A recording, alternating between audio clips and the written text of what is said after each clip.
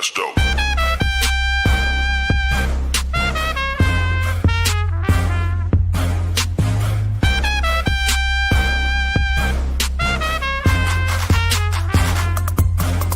That's dope.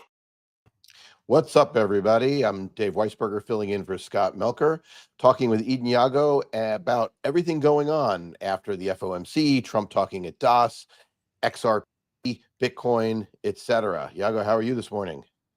I am very well. How are you? Good to see your face. Yeah, it's it's been a while since we've been face to face. I guess we met in Las Vegas at a conference a long time ago, and I always follow you to understand what's going on in the Bitcoin ecosystem. What do you make of all the promotion, and the president of the United States speaking to a digital asset conference?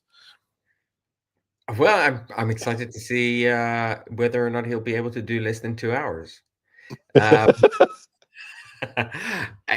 Look, I've been hearing from people who are at DAS that it's a great conference, that it's like very high signal to noise, great people. So I feel like I'm missing out. And now that Trump's speaking, even more so. Yeah, I'm sitting here in beautiful Miami. Decided not to go up to New York this week, so I kind of feel the same way. The most interesting topics that have been talking about. I mean, look, we could talk about trading, but I don't think either one of us wants to talk about the short-term price unless you have something specific you want to talk about.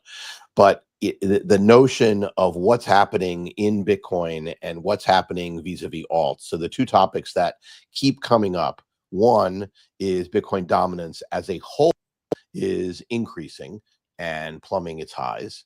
And the other is XRP's outperformance of Bitcoin. And of course, the XRP army's constant jibing that it should be the be all and end all. Now, I'm sure you have thoughts on both. Just curious, because you spend most of your life, as far as I understand it, figuring out how to bring Bitcoin to the mainstream, in addition to just being a pure store of value. Is XRP outperforming Bitcoin? On what time frame is that true? Yeah, they always pick it. Look, since the case was initially looked like it was going to get dismissed, it jumped from like 50-60 cents to $2.50, or where is it right now? It is almost exactly 250, 249. So so they're cherry picking that time frame. If you go back to 17, of course, it's getting crushed. So it really, it always depends, but it doesn't really matter. I mean, the point is they'll make the argument, the same as the Solana people, that Bitcoin's too slow, etc. And yes, I know you have opinions on this topic, so that's why I'm trying to tee you up here. Well, look, I think there's a really interesting thing happening with XRP, which is that it is a highly valued protocol, primarily owned by one company. That company is raising capital at much less than the implied value of its holdings. So I've been looking at the secondary markets for XRP, for Ripple stock. Ripple stock on the secondary market is trading at about 9 billion market cap, even though it owns 40% or 50% of a $140 billion asset, right? So that's a write down of 90%. So I think that's interesting. The other interesting thing is, like, why are people still holding XRP? So I've been trying to find people who are holding XRP to try and get their thesis, because the big thing that Ripple was promising and has been promising over the last decade is that Ripple XRP is going to be the institutional chain. And what is very obvious is that Bitcoin has become the institutional chain. Bitcoin is the chain which is being touted by the institutional players, everyone from BlackRock to Fidelity. And it is the chain which is being adopted by governments, everyone from the United States to Bahrain. So what then remains as XRP's sort of claim to fame? And it's unclear to me. So I think the fact that it's such a highly valued asset, without, to me, sort of clear fundamentals, is in and of itself very interesting. Well, I think that probably the most important nuance here is to separate the asset from the chain, right? So Bitcoin as an asset has been adopted by Bahrain, is certainly being adopted by the United States. In fact, it's being called a strategic reserve asset. Excuse Yeah. me. XRP, the token as an asset is whatever it is, and as you're right, its value is dependent on what people will buy and sell it for. The fact that XRP stock is trading at that level is amusing. I say it's amusing because I've seen this before, right? You know, and it can last for years. I mean, my first exposure to that was Polygon and Phillips. And it was an arbitrage when I was trading in London back a long time ago, and it lasted for a while. It eventually will come together, a phenomenal trade for people who can do it. If you have the ability to do a long-term short on XRP, would be to buy Ripple and short XRP. But to be blunt, it's impossible, right? Because you can't borrow it for long term, and what you would pay for that borrow would wipe away. As crazy as it sounds, over the long term would probably wipe away a lot of the potential profit. So people don't do those sorts of things. You just kind of look at it. But in any case, Bitcoin, the asset, is undeniably being adopted. XRP, the asset, the price is high, but one has to ask oneself the question: is that because people, the people in the community, making calls? Patrick Ben David making what I call lunatic call of $1,000 per XRP, because if you think about what that value would be, it's an insane number. Yeah. Well, seriously, I mean, it's an insane number that could only happen in the case of hyperinflation. But if XRP is $1,000, Bitcoin, I think, would be beyond Michael Saylor's most wild expectation. So it is what it is. It's all whatever. And you're laughing because you can do. We No, can. I'm just looking. I'm just looking at the chart now as you're saying that, right? And so I think XRP right now is trading at what, like $2.40. So Yeah. from there to 1,000 is very close to 1,000x. Yeah. Well, it's whatever. I mean, Yeah. you're talking about the world's most valuable asset. It would have to be by a lot, actually, and that's just look, it's insanity. But there are people who believe that the demand for XRP will go up as they gain adoption into significant payment systems. So between their stablecoin and the ecosystem they're building to use Ripple's network to either replace Swift, augment it, or outcompete it, that there's value there. I mean, personally, I've gone through this with Mickle, and come to the conclusion that if one makes certain assumptions about crypto market cap, that its market cap could triple. Now, what do I think about Bitcoin? Well, I think Bitcoin is at a minimum a 90% discount to where it should be. So obviously my portfolio is sized accordingly. But the difference is the chain adoption of XRP, if you believe them, is high, or becoming high in terms of bank partnerships, etc. But what's most interesting to me is when you talk about adoption of the Bitcoin chain, the question is, other than a store of value, what else is Bitcoin being used for? Because it really isn't being used in payments. And there are lots of people who are saying Lightning, which was the hope that it was going to be the big chain for doing, for using it, really still doesn't have big take up. So when you talk about the Bitcoin chain, what do you mean? Well, actually, I don't think chains matter that much. The reality is that we're seeing more and more activity happening off chain. The vast majority of activity happens off chain, and always has in crypto. So, the old way of doing it would be that you would have assets in exchanges, and then the vast majority of crypto trades and transactions actually happen on centralized platforms.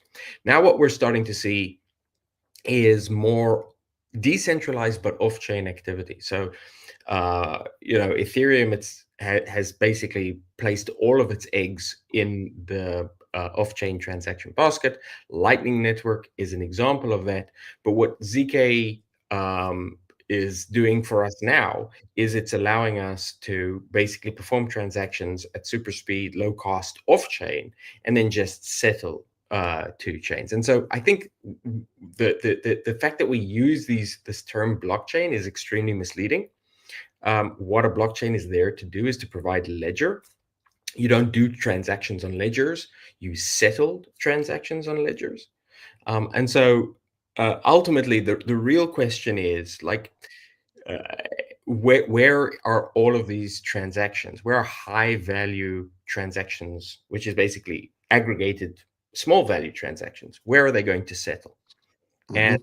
And if governments, large corporations, and financial institutions have their assets on a ledger, then they implicitly and ultimately explicitly trust that ledger. And when you're talking to large institutions, large organizations, the idea that nobody gets fired for buying IBM, that is the most important idea. Everyone is just trying not to get fired.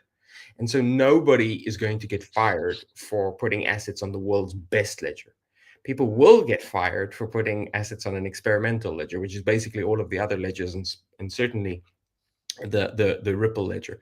And so, I started a remittance company back in 2013, integrating into banks. We had among our customers 6 of the 10 largest banks in the world: Santander, BBVA, Barclays Bank, Spare Bank, and we were integrating traditional systems that allowed them to do settlement on BTC. That actually was a pretty profitable company.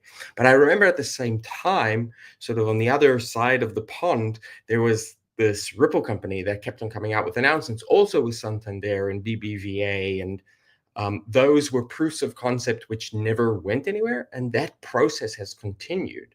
And so, Ripple as a company, if I'm totally honest, I think has perfected a system where they will pay huge amounts of capital to innovation centers at large corporations to get a press release. And they have been rinsing and repeating that method for the last decade plus.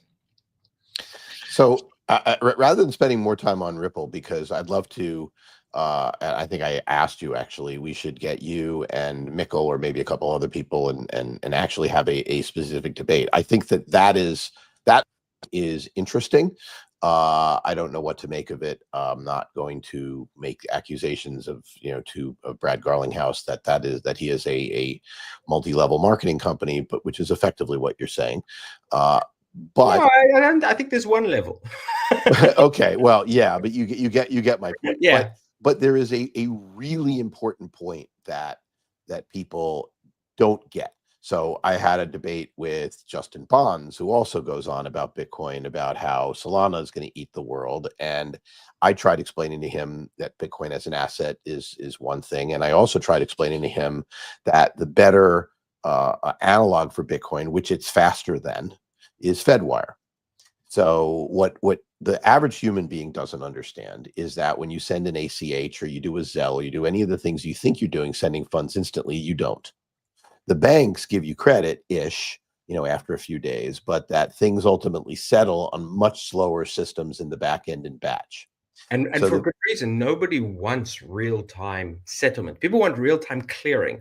And I think maybe a lot of people don't understand the difference between clearing and settlement. Please explain. So when you perform a transaction through Visa, through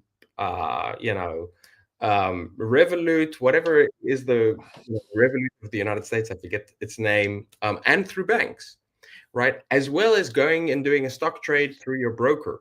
What is actually happening is that on the back end, nothing is changing.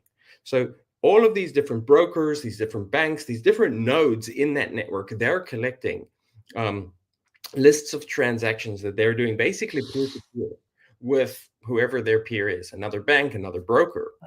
And then at the end of the day, or at the end of the week, or at the end of a 3-day period, whatever the settlement process happens to be, they will aggregate all of that and net out the differences, right? So maybe you've done 100 transactions or 100,000 transactions, but you're up $1,000. That's the important thing, that you're up $1,000. And then they will settle those differences. And the reason that you don't want, there's lots of reasons why people don't want real-time settlement. But the main reason is for the same reason that Bitcoin has 10-minute blocks. which is that you need to give enough time for that information to fully propagate so that everyone is sure that they're settling to exactly the same thing.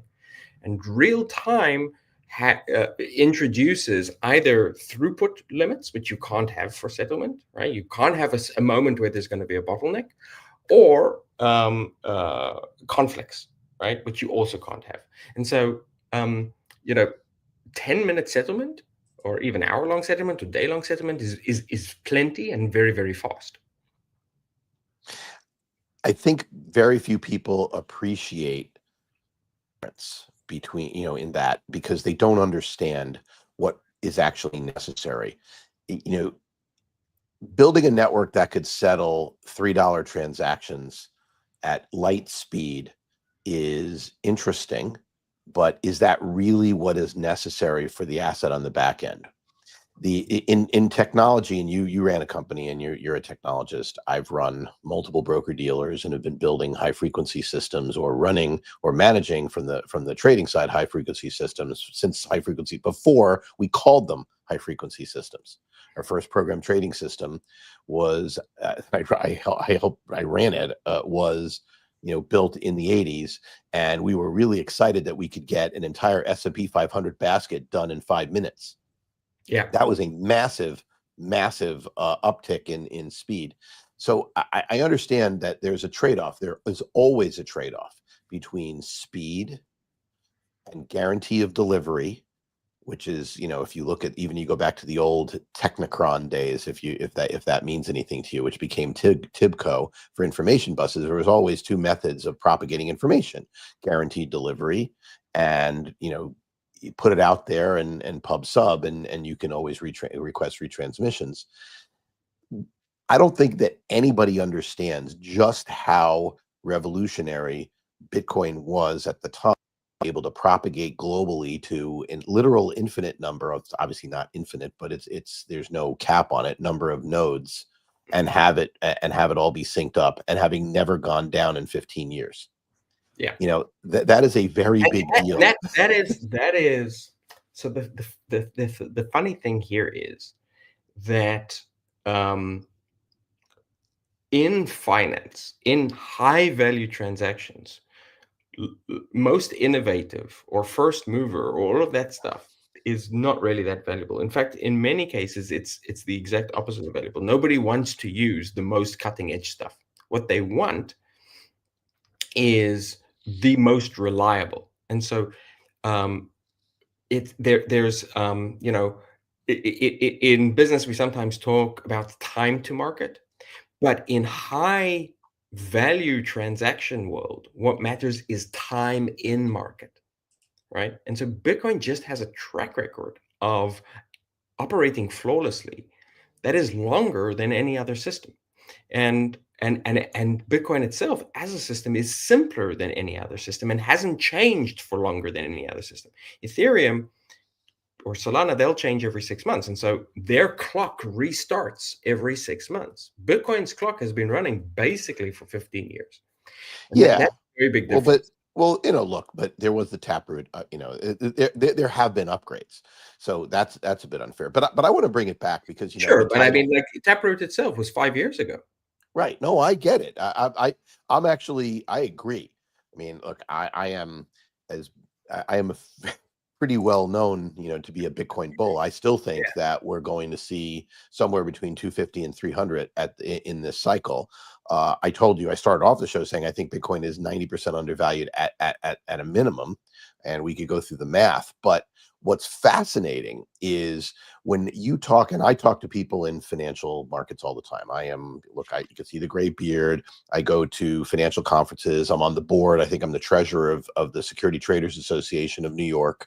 I'm in NOIP, which is an organization, National Organization of Investment Professionals, where the median age is probably around mine. And when I talk to people, here are two sentences that I will tell you that happen every time. When I talk in short conversations with older financial types, they're only interested in Bitcoin for the most part is how can they make money from it. They don't really want to care about it. It doesn't really matter to them. When I talk to CTOs or technologists for any length of time, and mention its track record, how it works, why it works, they get very excited. Orange pilling a technologist is almost a slam dunk. Now, Yeah. understand how important the CIOs, the the technologists are, and people who understand technologists are to pools of capital.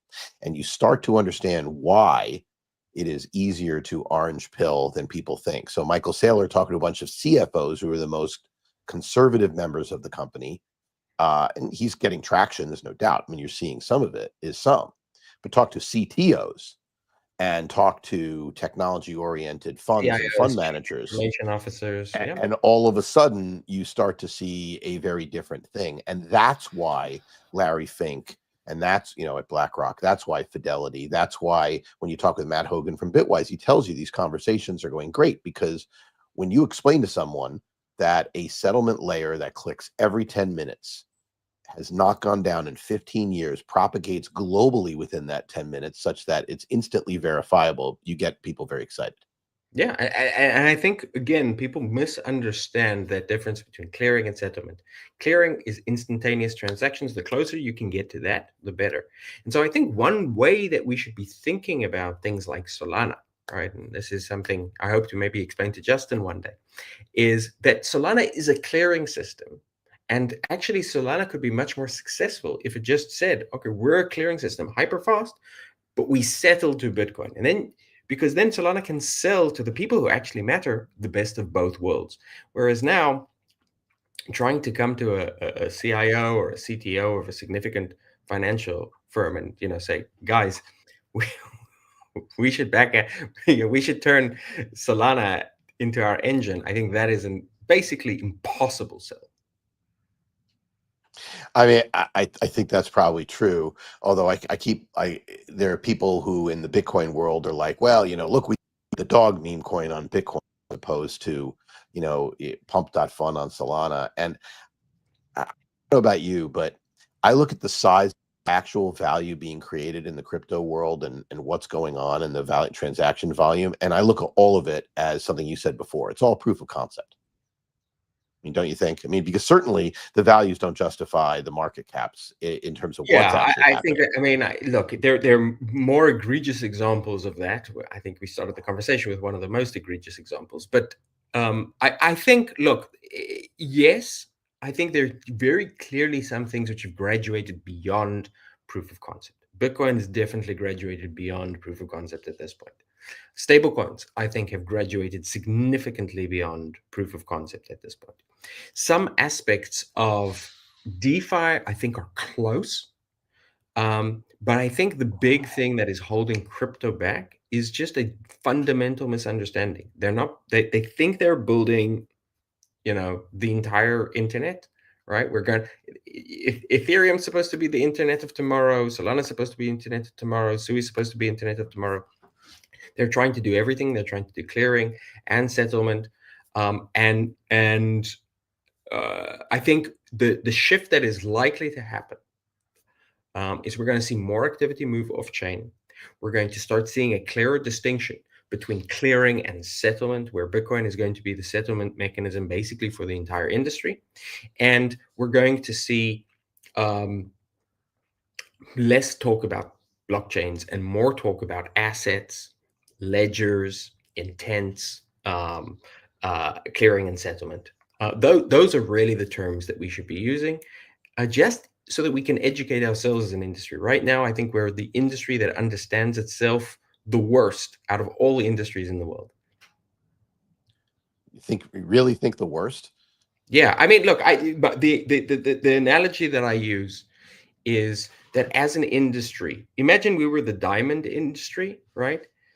Instead of calling ourselves the diamond industry, we would call ourselves the digging holes in the ground industry. We're completely focused on sort of the wrong part of the story, right? We would have huge conferences about, how the throughput with which I can clear out the rubble, you know, there would be an entire sector of people who are building bridges between the tunnels, or tunneling between the holes. But really what people want, nobody wants a blockchain. People want assets, they want settlement, they want security. We are the ownership industry, and we don't treat ourselves that way. We treat ourselves as, Yeah, it's funny. I go back. My favorite analogy to explain Bitcoin to people is Mark Yusko's, who he talks about the internet of value as opposed to the internet of information. But notice Mark doesn't talk about rebuilding the internet to be a new internet. He just talks about the assets and the transport mechanisms, and as you would call it, the settlement layers to make Bitcoin a trustless, disintermediated, or no need for intermediation method of exchanging value. Yeah, exactly. I think we really need to figure out who our user is and what is the value that we're actually bringing. That is what real industries do, and that is why we're a proof of concept industry at this point. So your answer to the idiots like Peter Schiff in the world who say Bitcoin has no value is to ask the simple question back at them. Well, what's the value of a perfect settlement layer that requires no intermediation from the banks, that takes no economic rent or very little economic rent in order to settle effectively all the daily transactions on the planet? What's the value of that? And if you come up with zero, then you better check your math. That's the way I would phrase it. How's that? No, I think if we were talking in those terms, we would be having a more intelligent conversation, and we would be able to silence our critics more easily. So Bitcoin sitting at 85,000, right? We all kind of look at it. I don't know what your internal model is for valuation is, but so actually, you could tell me that. And we're sitting here where we understand that most of the selling have been momentum sellers over the last few weeks who bought expecting it to continue to go higher. It didn't. It stalled, and we have economic uncertainty. What is your expectation through? I'm not asking for tomorrow. We're talking about for the next year or so. And what's your long-term view? What do you think its value really is? I'll break it up into three parts. I think my base case is that we see the Fed and the European Central Bank both capitulating towards the middle of this year and starting to print, which means that I think in the short term, which I say short term is the current year, the second half of this year is going to start seeing significant increase across tech assets in general, and Bitcoin and crypto specifically. Longer term, I have less confidence here, but I have the sense that the 4-year cycle has significantly weakened at this point, and we're very likely for the first time to see a 2026, which would be the third year of the cycle, actually being a positive year, or at least flat, with not the kind of dramatic drawdown that we saw. And my longer term thesis and sort of my price target is that over the next 10 years, on the outside, and by 2032 on the inside, Bitcoin surpasses gold in market cap, which would put Bitcoin at roughly 21x where it is now. Right. So here's the funny part. When you talk to people in crypto, they think, oh, so I got to wait 10 years to 10x or 20x my money. That's not fast enough. I need to do better. When you talk to people in the financial industry, they hear numbers like that and they go, that's completely unreasonable. It's too aggressive. Yeah. Well, look, I mean, it's only 30 or 40% annualized ROI. So you're only outperforming literally every single hedge fund in the world on a consistent basis if you've been holding Bitcoin. I'm fine with those returns. Right. As would I. And I think that's a great stopping point for now, although I am going to take you up on it and see if I can get together. I would love to have a Justin Bonds and XRP and you to debate Bitcoin and go through this entire concept, because it's entirely possible that they haven't really thought in the terms in the mental model that you have. And so I really appreciate it.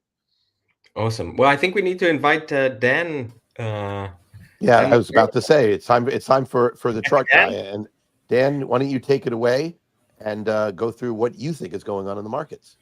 Sounds good. Appreciate you guys. Awesome. So in terms of pulling up my chart, is that something I do on my end here? Thank you. All right. Hey, everybody. I'm Dan of the Chart Guys. I'm the captain of the ship now. Going to say all kinds of controversial things. No, so we've got the response to the FOMC yesterday is what we're looking at. And I generally view, you have the FOMC reaction the day that it comes out. And you got the conference with Powell afterwards. But really, in terms of significant money moving around in response, it's the following days. You're not seeing everybody act in the first hour or two that we get that information. And so essentially what happened and is most meaningful is we had an initial bullish reaction, and then we rejected really hard from resistance, at least on the NASDAQ. And the NASDAQ right now has a bounce high that we double topped at yesterday. And we've now pulled back fairly significantly overnight. So, you look at this NASDAQ daily chart and you say, okay, well, that's a bear flag until proven otherwise. So we've got to get over that bounce high. And of course, Bitcoin saw a leg up as well with that correlation. And it's now back testing. And at the moment, we can say that there's relative strength here comparative to the S&P 500 and NASDAQ, just in terms of the reaction, where we haven't given it all back. Essentially, we're back testing the previous resistance of 85,000 and trying to hold it as support. So that's a little bit of progress. But essentially, bigger picture, depending what time frame we're looking at. As we know, the monthly, I keep saying, if the EMA 12 is holding, there are no red flags. That's where we based out last time before a leg up. That's what we're trying to hold this time around. We do have a weekly bounce underway because of the bull move yesterday. But we have to keep in mind that anything under 99.5 thousand is just a weekly lower high. So at this point, still a clear weekly downtrend, but at least the bulls are giving themselves a little bit of breathing room off of the recent low in the upper 70,000 range. So in an ideal world, if you're bullish, you want to see the back test of 85,000 hold, establish that previous resistance as a support level. And then obviously every leg up that we see from here will be beneficial for the longer term prognosis. So overall, there are some altcoins we talked about last week, actually, on this show, the altcoins that were standing out stronger on their bounces, like XRP that was just being discussed. And, perhaps people in the know, knowing that the drop of the lawsuit was coming, whatever the reason, it's had a very significant move off of its base of support. And again, not many altcoins right now have a long-term base of support that they are holding. The vast majority are falling to lower lows. So any name is holding a long-term level is standing out. And so XRP right now has a confirmed daily uptrend with the leg up yesterday. Again, same thing. We're back testing the previous resistance, trying to hold it as support. And this is positive consolidation as far as I'm concerned, as long as that $1.90 to $2 range continues to hold. So XRP is definitely in the grouping of bulls in the altcoin space. Binance is another one recently after its significant move off of its lows. And again, same thing. We're holding these flush lows that many altcoins broke and seeing a solid weekly bounce from there. Again, same thing. We still have to eventually, wherever we top out, we have to confirm a weekly uptrend if we're going to see these bulls regain. But again, I would suggest with so few bulls in the altcoin space right now, going through your list of all the names you're watching, it's a bit of a sea of red out there today, but and compartmentalizing. These are the stronger ones. If I have a bullish lean, I want to be focusing on these ones. XRP, by default, if XRP is going up, XLM is generally doing well as well. Binance is another one. And again, it's a pretty small list at this point. So going to continue focusing on those names. And there are other names, Link has it's Sol that has a long-term base of support. It's not nearly as strong as these other names, but there is a clear support level that we are testing. This range, 110 to 119, with how many times we've held this over the last year almost, 11 months at this point, held it again and again and again and again. And we're trying to hold it again. So again, if I am going to be looking long, I want to be choosing names that have something to be going off of. ENS, the Ethereum naming service, definitely a little small name, low volume, but again, just a long-term base of support in the 15s that's trying to hold this test. So There are the stronger names. There are names that aren't quite as strong, but are still holding a longer term support level at the moment. And those are the names that I'm keeping an eye on. And of course, we keep watching the dominance chart, which at this point is still Bitcoin favored as long as the weekly higher lows keep forming. It's just my simple guide. And right now, nothing changes from Bitcoin dominance being in control of the bulls as long as this 60% level is holding. So that keeps the focus on Bitcoin.